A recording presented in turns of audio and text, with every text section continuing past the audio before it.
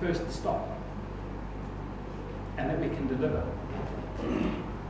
The third aspect, the C in secret, is critical mass.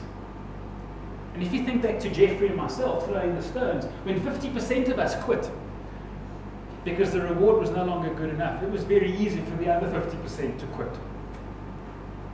And if you go back into corporate history over the last couple of years, one of the big examples of this is really Harley-Davidson.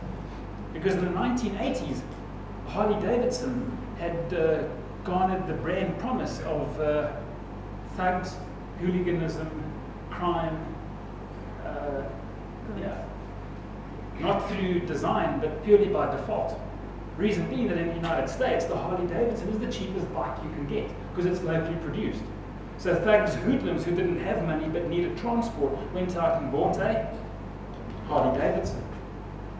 And in 1983, the company was virtually bankrupt, and they didn't know how to turn it around.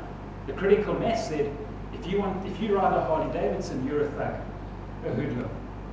And then, of course, a couple of middle-aged accountants picked up on this.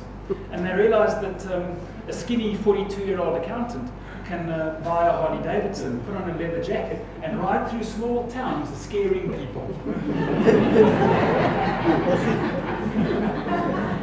And so Harley-Davidson stopped selling bikes, and they started selling a lifestyle.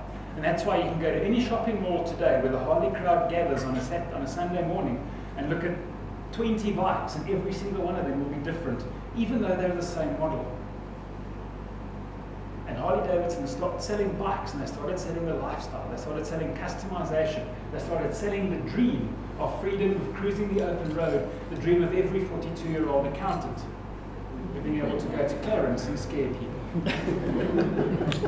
And the business turned around. Because the critical mass then said, you know what, we want that lifestyle.